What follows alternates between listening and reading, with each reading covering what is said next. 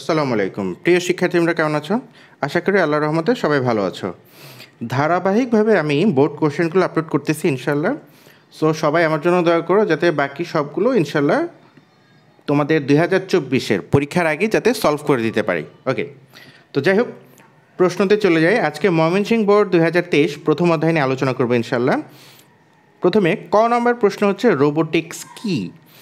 এই রোবোটিক্স কি এই নিয়ে আমার ইউটিউব চ্যানেলে চ্যাপ্টার 1-এর প্লেলিস্টে ডিটেলস ভিডিও দেওয়া আছে। প্রথমে এখানে রোবট নিয়ে কথা বলবা, তারপরে হচ্ছে মানুষের চিন্তাভাবনা এবং ইঞ্জিনিয়ারিংয়ের সমন্বয়ে যেই প্রযুক্তি সেইটিকে বলা হয় রোবোটিক্স। সো এটা সুন্দর করে ব্যাখ্যা আকারে দেওয়া আছে, আমি সংক্ষিপ্ত আকারে এখন বলে দিলাম। ওকে, এই গেল হচ্ছে ক নাম্বার রোবোটিক্স। খ নাম্বার আচরণের মাধ্যমে ব্যক্তি শনাক্তের পদ্ধতি বুঝিয়ে লেখো। আচরণের মাধ্যমে ব্যক্তি শনাক্ত, এই আচরণের মাধ্যমে যে ব্যক্তি শনাক্ত সেই বিষয়টা কি? সেই বিষয়টা হচ্ছে কি, মানুষ তার আচরণের মাধ্যমে কম্পিউটার শনাক্ত করে ফেলে ব্যক্তিটা কে। মানুষ যে আচরণ করে সেইটি কোনো ব্যক্তি শনাক্তের ক্ষেত্রে যদি কাজে লাগে সেটিকে বলা হয় বায়োমেট্রিক। এই বায়োমেট্রিক প্রযুক্তির মাধ্যমে কোনো ব্যক্তিকে শনাক্ত করা যায়। তো আমরা জানি এক্ষেত্রে কি fingerprint, face sensor, vein sensor, voice detection বা ভয়েস কন্ট্রোলিং সিস্টেমের মাধ্যমে ব্যক্তি শনাক্ত। তো এই সকল বিষয়গুলো হচ্ছে বায়োমেট্রিকের আন্ডারে থাকবে, বায়োমেট্রিকের অন্তর্ভুক্ত। সো খ নম্বর প্রশ্ন বলছে কি আচরণের মাধ্যমে ব্যক্তি শনাক্তের পদ্ধতি বুঝিয়ে লেখো। তো ব্যক্তি শনাক্তের পদ্ধতি এটি হচ্ছে বায়োমেট্রিক জ্ঞানমূলকের মধ্যে চলে আসবে। তুমি ব্যাখ্যা হিসেবে আরও কিছুই পয়েন্ট উল্লেখ করে দিলা। ওকে, এতে প্রশ্নের ওজনটা অনেক বেড়ে যাবে, প্রশ্নের ভ্যালুটা অনেক বেড়ে যাবে। ওকে, যাই হোক, গ নম্বর প্রশ্ন বলছে কি হিমেল কোন প্রযুক্তির সাহায্য নিচ্ছে। হিমেল কোন প্রযুক্তির সাহায্য নিচ্ছে ব্যাখ্যা করো। হিমেল, এখন হিমেল কোন প্রযুক্তির সাহায্য নিচ্ছে তার জন্য উদ্দীপকে যেতে হবে। উদ্দীপকে কি বলছে? হিমেল ড্রাই ল্যাব জৈব সংক্রান্ত সমস্যা সমাধানের চেষ্টা করছিল।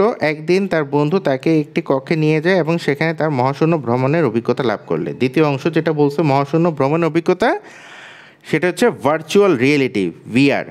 ভার্চুয়াল রিয়েলিটি নিয়ে কথা বলবে, সেটা কোথায়? এই যে ঘ নাম্বার প্রশ্ন, সবার শেষের প্রশ্নটা নিয়ে আলোচনা করতেছি। কক্ষে কোন প্রযুক্তির আশ্রয় নেওয়া হচ্ছে প্রাত্যহিক জীবনের ভূমিকা আলোচনা করো বা মূল্যায়ন করো। এইখানে যে প্রযুক্তির কথা বলা হয়েছে সেটি হচ্ছে ভার্চুয়াল রিয়েলিটি। প্রথমে জ্ঞানমূলক, আমি লাস্টের প্রশ্নটার কথা বলতেছি, সেটি হচ্ছে কি ভার্চুয়াল রিয়েলিটি।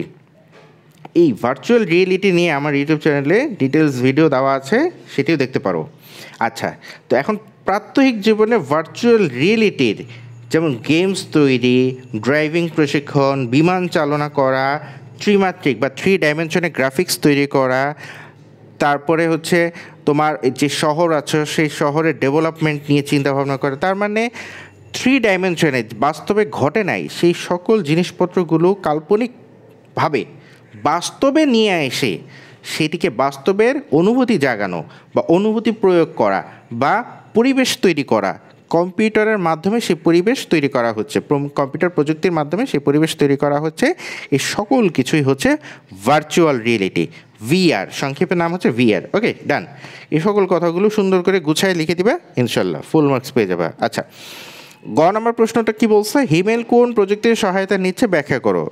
সো এইটা সবার শেষে বলতেছি, ঘ নাম্বারটা আগে বলে আসলাম, সবার লাস্টের প্রশ্নটা আগে বলে দিছি। আচ্ছা, এখন গ নাম্বার প্রশ্ন হচ্ছে কি হিমেল কোন প্রযুক্তির সহায়তা নিচ্ছে ব্যাখ্যা করো। ওকে, হিমেল যে প্রযুক্তি সমস্যার সমাধানের লক্ষ্যে কাজ করছে, তো বিষয়টা কিভাবে গুছিয়ে লিখবা? হিমেল যে প্রযুক্তি ব্যবহার করছে বা ব্যবহার সহায়তা নিচ্ছে সেটি হচ্ছে বায়ো ইনফরমেটিক্স, অথবা সহজভাবে যদি বলো হিমেল বায়ো ইনফরমেটিক্স প্রযুক্তির সাহায্য নিচ্ছে। হিমেল বায়ো ইনফরমেটিক্স প্রযুক্তির সাহায্য নিচ্ছে। এখন বায়ো ইনফরমেটিক্স নিয়ে একটু কথা বলবা, আমার ইউটিউব চ্যানেলে ভিডিও দেওয়া আছে। এছাড়াও আমি এখন একটু বলে দিচ্ছি, এইভাবে সুন্দর মতো গুছায় লেখার চেষ্টা করবা। তো জীববিজ্ঞানের আণবিক পর্যায়ের গবেষণাই হচ্ছে বায়ো ইনফরমেটিক্স। জীববিজ্ঞান বা জীব সংক্রান্ত ব্যবস্থাপনা কাজে কম্পিউটার প্রযুক্তির প্রয়োগই হলো বায়ো ইনফরমেটিক্স।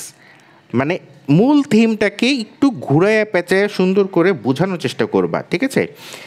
এখন বায়ো ইনফরমেটিক্সের উদ্দেশ্য কি? জৈবিক পদ্ধতি সম্পর্কে সঠিক ধারণা লাভ করা। এই বিষয়ে মূলত যে হিসাব নিকাশগুলো করা হয় সেগুলো কি, সেই জিনিসগুলো হচ্ছে কি মানুষের জীবনের যে বায়োলজিক্যাল যে প্যাটার্ন রিকগনিশন, কৃত্রিম বুদ্ধিমত্তা, অ্যালগোরিদম, ইমেজ প্রসেসিং, এইসব কাজে।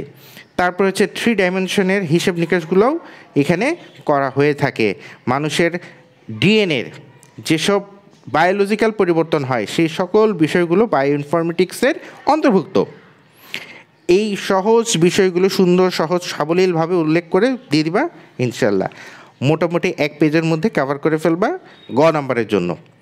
সো এই হচ্ছে ময়মনসিংহ বোর্ডের 2023-এর প্রশ্নটা সলভ করার চেষ্টা করলাম সুন্দর সাবলীলভাবে। কোনো কঠিন কথা আনার চেষ্টা করবা না, আর যদি আনো তাহলে অসুবিধা নেই, কিন্তু সহজ সুন্দরভাবে উল্লেখ করবা, উপস্থাপন করবা, ইনশাল্লাহ খুব ভালো একটা মার্কস ক্যারি করবে। ওকে, আজকে এই পর্যন্তই। সবাই ভালো থেকো। আসসালামু আলাইকুম।